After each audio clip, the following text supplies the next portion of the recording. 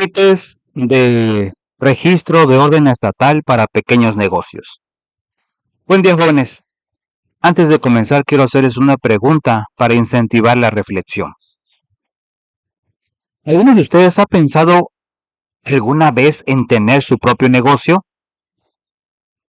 Puede ser algo pequeño, una tienda de abarrotes, un puesto de tacos, una estética, un taller mecánico, una papelería o incluso un negocio en línea. Muy bien, ahora les pregunto algo más. ¿Saben ustedes qué es lo primero que hay que hacer antes de abrir ese negocio? Antes incluso de comprar el primer producto o de pintar el letrero. Lo primero que hay que hacer es registrarse legalmente. Y hoy vamos a hablar de eso. El tema de hoy se llama trámites de registro de orden estatal y forma parte de algo más amplio, que en esta materia conocemos como el marco legal de los pequeños negocios. En otras palabras, vamos a aprender cuáles son las reglas que el gobierno establece para quienes quieren abrir y operar un negocio de manera formal y legal. ¿Por qué es importante esto? Aquí les doy un dato que los va a sorprender. De acuerdo con el INEGI, más de la mitad de los negocios en México operan en la informalidad. Eso significa que no están registrados, no pagan impuestos y no tienen ninguna protección legal. Y aunque a primera vista puede parecer que eso es una ventaja porque se ahorran trámites, la realidad es que esos negocios son los más vulnerables. Pueden ser multados, clausurados y sus dueños pueden enfrentarse a problemas legales graves. Vamos a comenzar con lo más básico. ¿Qué significa registrar un negocio a nivel estatal? Cuando una persona decide abrir un negocio, ya sea de manera individual o en sociedad con otras personas, tienen la obligación de informarle al gobierno que ese negocio existe. Y ese aviso no se hace de cualquier manera ni ante cualquier persona. Tiene que hacerse de manera formal ante la institución correcta y con los documentos adecuados. A nivel estatal, ese trámite se realiza ante la Secretaría de Hacienda del Estado, específicamente en lo que se llama la Agencia Fiscal del Estado.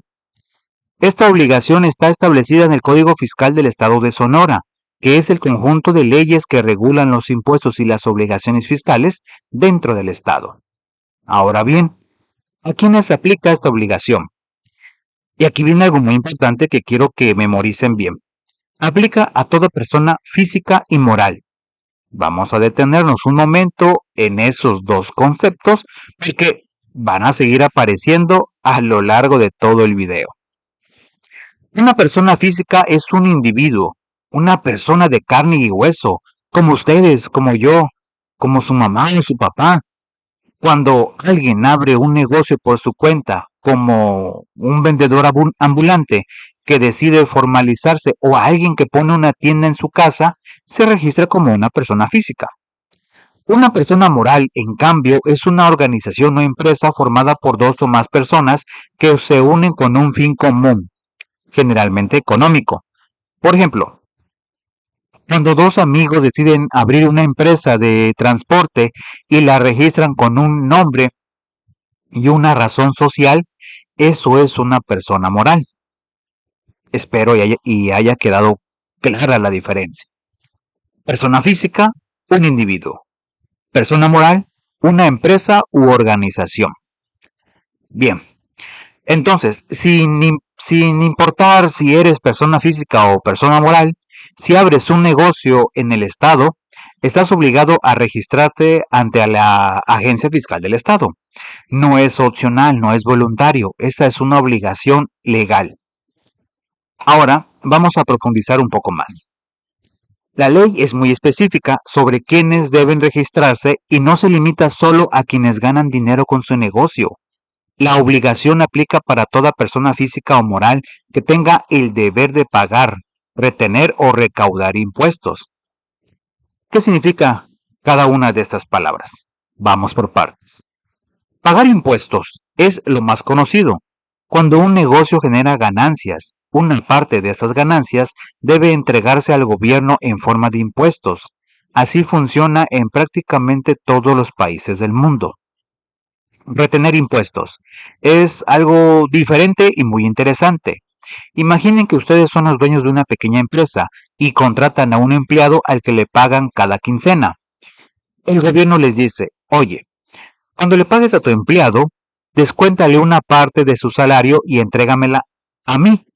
Es decir, el dueño del negocio actúa como intermediario entre el trabajador y el gobierno. Eso es retener impuestos. Recaudar impuestos es parecido, pero en este caso el intermediario es entre el negocio y sus clientes.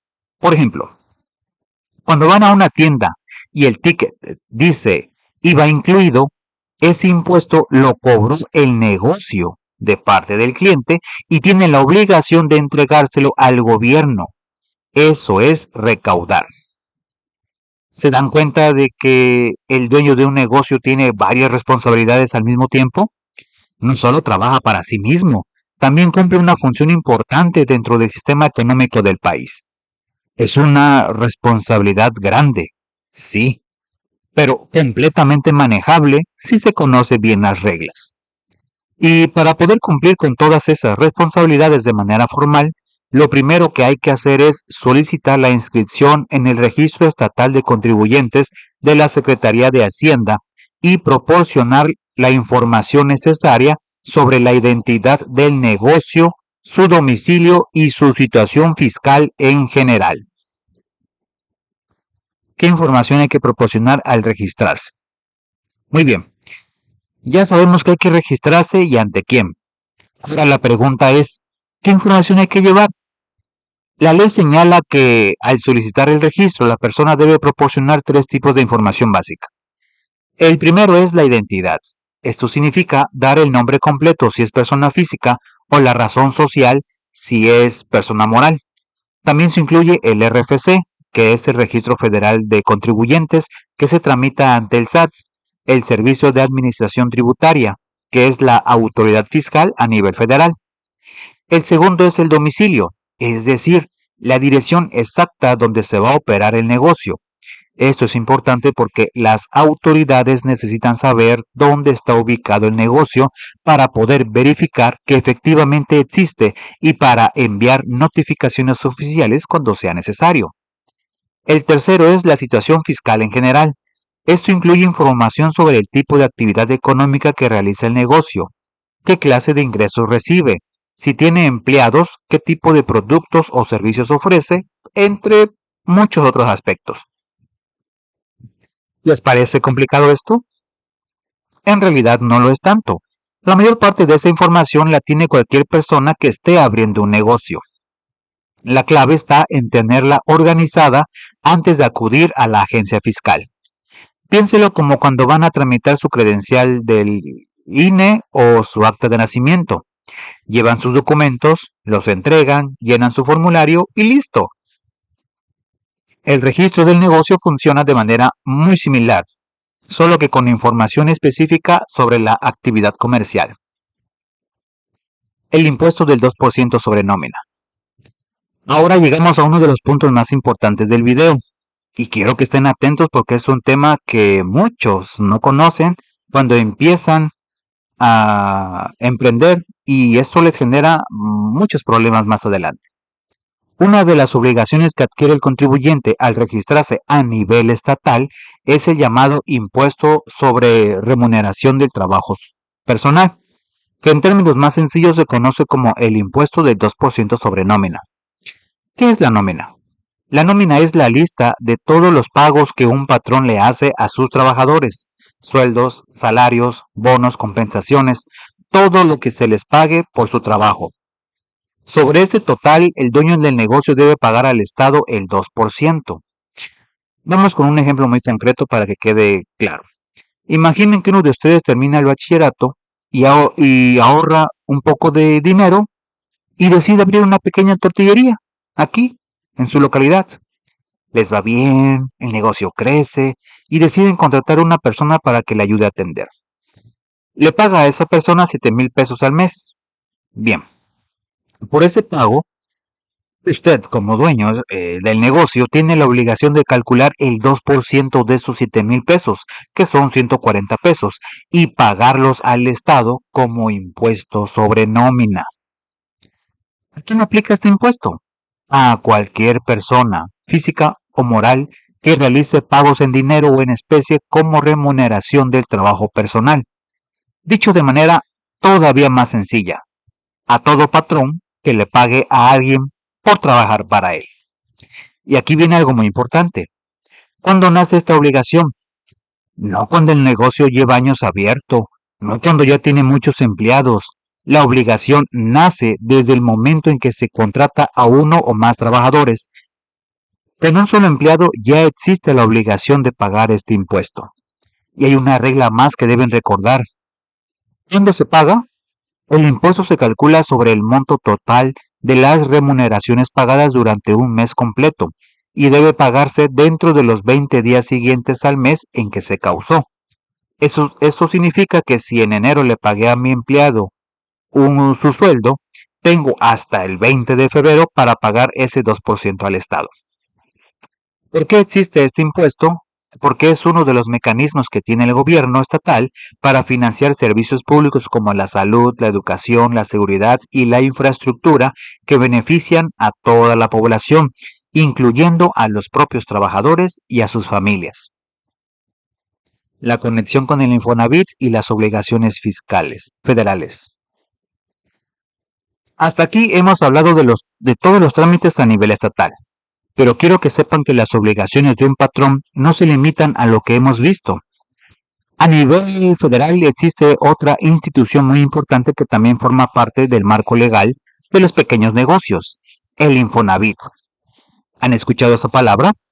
Infonavit significa Instituto del Fondo Nacional de la Vivienda para los Trabajadores. Es una institución del gobierno federal cuyo objetivo es ayudar a los trabajadores mexicanos a tener acceso a una vivienda digna. ¿Cómo funciona?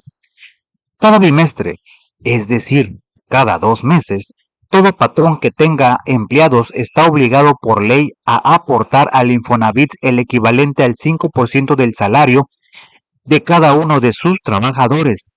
Ese dinero se deposita en una cuenta individual a nombre de cada trabajador y se va acumulando con el tiempo.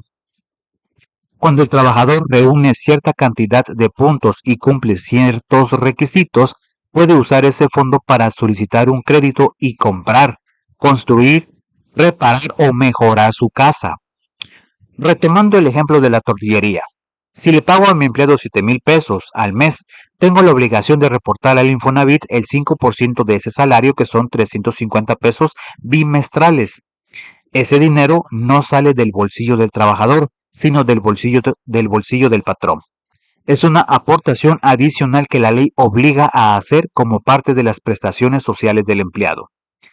¿Por qué es obligatorio? Porque la vivienda es un derecho constitucional en México. El artículo 123 de la Constitución Política de los Estados Unidos Mexicanos establece que todos los trabajadores tienen derecho a una vivienda digna y decorosa, y el Infonavit es el instrumento que hace posible ese derecho para millones de mexicanos. Piénsenlo de esta manera. Cuando sus papás o algún familiar tiene una casa propia que compraron con un crédito del Infonavit, eso fue posible gracias a que sus patrones cumplieron con esa aportación del 5% durante años. Es una cadena de responsabilidad que beneficia a toda la sociedad. ¿Por qué conviene operar en la formalidad? Ya para terminar el desarrollo del tema, quiero hablarles de algo que me parece fundamental. Las razones por las que vale la pena hacer todos estos trámites y cumplir todas estas obligaciones. Sé que en estos momentos puede estar pensando, Ofe, todo esto suena a mucho trámite, mucho papeleo y mucho gasto. ¿Y si simplemente abro mi negocio sin registrarme? Y les voy a ser honesto. En el corto plazo, pareciera que la informalidad es más cómoda, pero en el mediano y largo plazo los costos son mucho mayores. Un negocio informal puede enfrentarse a multas económicas por parte de las autoridades fiscales. Puede clausurarlo lo que significa perder todo lo invertido de un día para otro. No puede acceder a créditos bancarios ni gubernamentales, porque para el sistema financiero formal simplemente no existe. No tiene protección legal en caso de conflictos con proveedores, clientes o empleados, y sus trabajadores, si los tiene, quedan desprotegidos, sin seguro social, sin fondo para la vivienda, sin derecho a una pensión en el futuro. En cambio, un negocio registrado y formal tiene acceso a programas de apoyo del gobierno, puede participar en licitaciones y contratos públicos, genera confianza en sus clientes y proveedores, puede crecer y expandirse con bases sólidas y contribuye al desarrollo de su comunidad. ¿No les parece que vale completamente la pena hacer las cosas bien desde el principio? Muy bien, jóvenes, ya hemos llegado al final de nuestro video y antes de cerrar quiero hacer un repaso rápido de los puntos más importantes. Primero, toda persona física o moral que abra un negocio en el Estado tiene la obligación de registrarse ante la Secretaría de Hacienda del Estado y en la agencia fiscal de acuerdo con el Código Fiscal del Estado. Esta obligación aplica para quien deba pagar, retener o recaudar impuestos. Segundo, al registrarse, el contribuyente debe proporcionar información básica sobre su identidad, su domicilio, su situación fiscal general. Este registro estatal se complementa con el RFC federal ante el SAT.